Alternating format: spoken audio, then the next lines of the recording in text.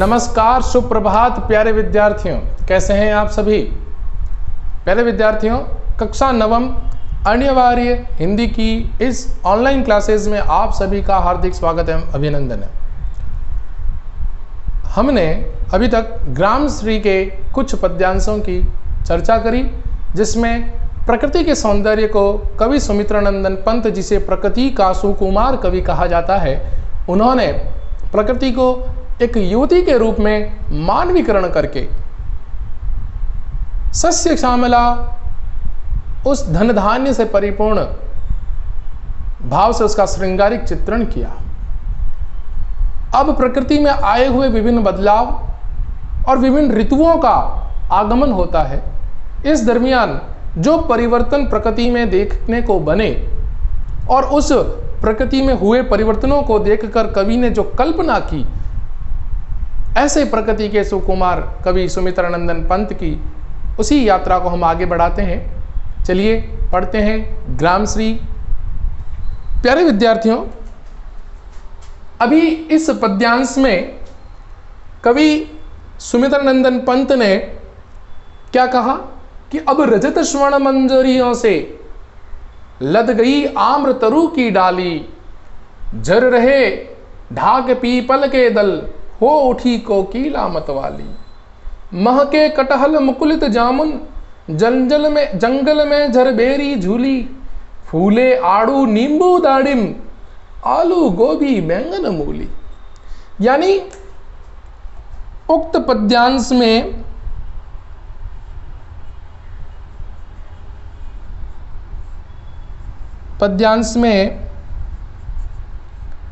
कवि पंत जी ने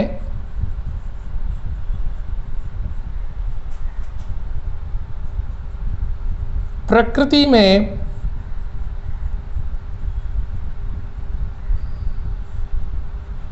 बसंत ऋतु के आगमन पर हुए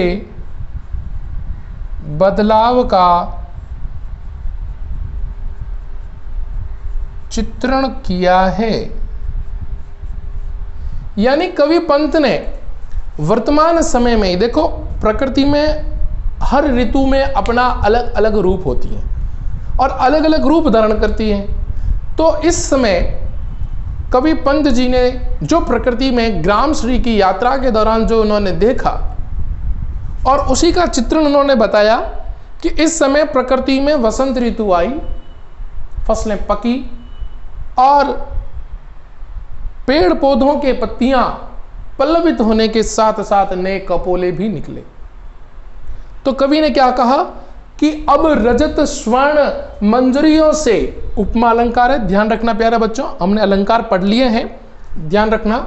रजत स्वर्ण यानी सोने व चांदी,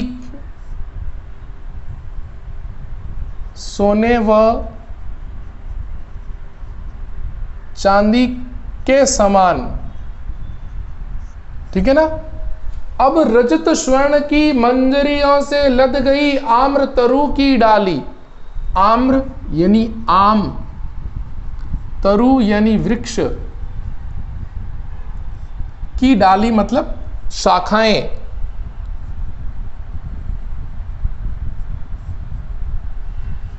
झर रहे, बसंत ऋतु में आई तो पेड़ पत्तियां झरेंगे, यानी पतझड़। पतझड़ ऋतु में झड़ना, झड़ना। ढाक, ढाक के वृक्ष होते हैं, उनकी पत्तियां होती हैं। पीपल के दल, दल मतलब पत्तियां। हो उठी कोकिला, कोयल, मतवाली, मदमस्त होकर।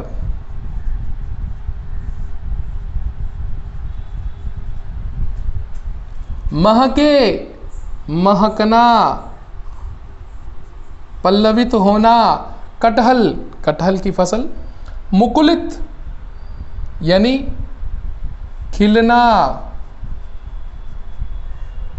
जामुन के वृक्ष, जंगल में झरबेरी झूली, झरबेरी एक फल होता है और उसकी एक लता होती है जो झूलती है। फूले पक गए, आड़ू, आड़ू फल होता है, नींबू, दाड़िम यानी दाड़म जिसे अपन, ठीक है, आलू, गोभी, बैंगन, मूली।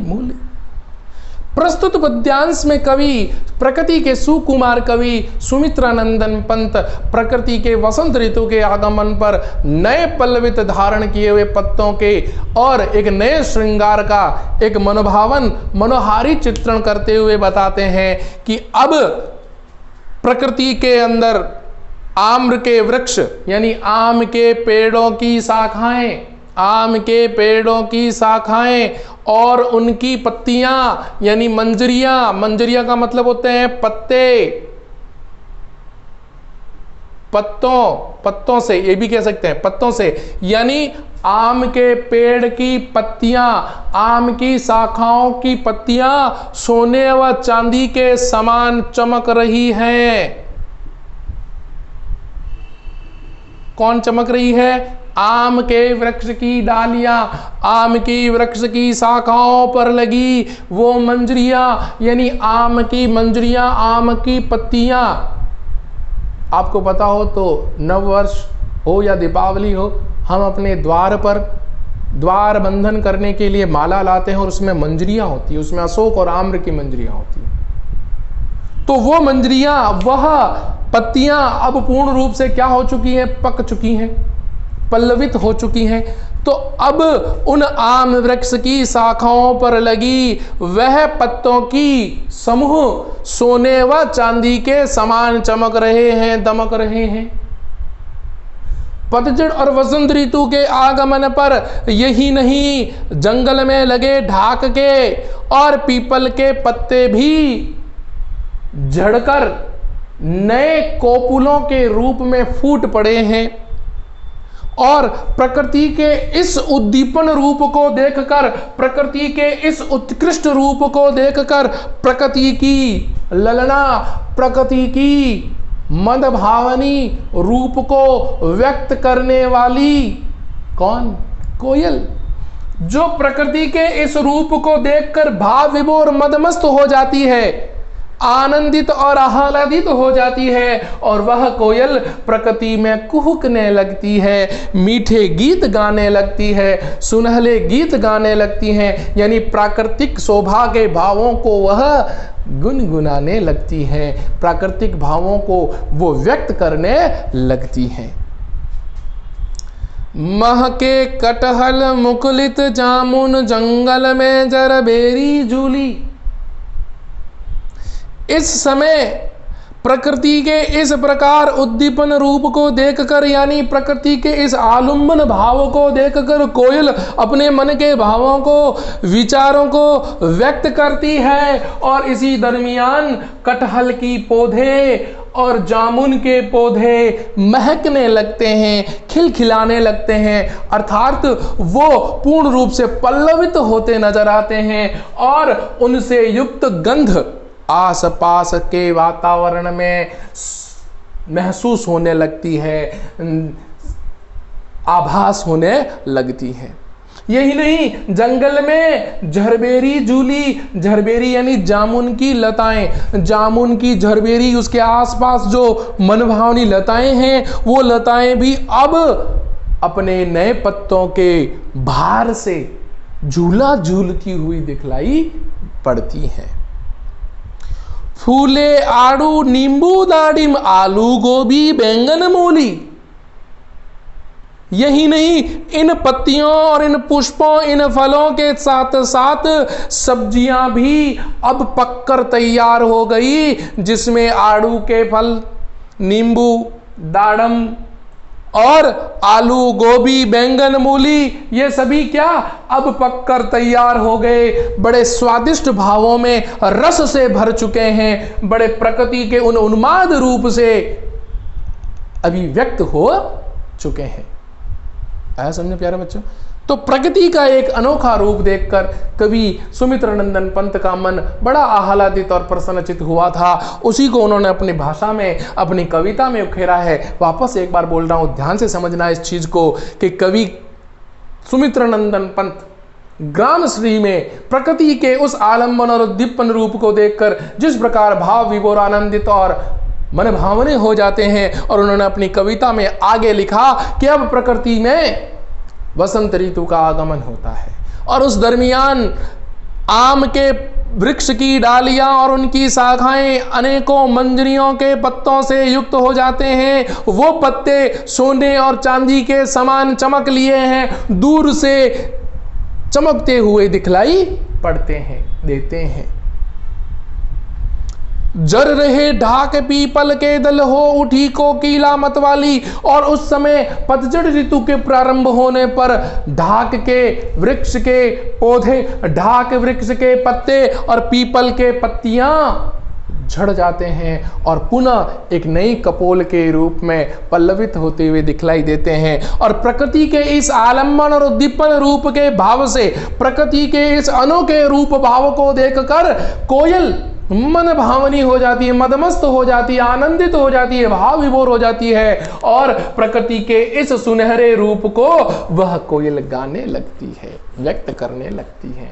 और विभिन्न प्रकार के सब्जी और फल फूल अब इस प्रकृति के सुनहरे भाव से पक्के और पल्लवित होते दिखाई देते हैं, महकने लगते हैं। कटहल, मुकुलित जामुन, जंगल में जरबेरी झूली, यानी जामुन, कटहल, जरबेरी के झूले, जरबेरी के पत्तों के भाव झूला झूलते दिखाई देते हैं। और आड़ू, नींबू, दाडिम, आलू, गोभी, बैंगन, मूली, समस्त फल और सब्जियां अब पल्लवित हो उठती हैं, पकने लगती है, पूर्ण रूप से अब व्यस्त होने लगती है। ये सब मानवीकरण रूप में इन्होंने व्यक्त किया है।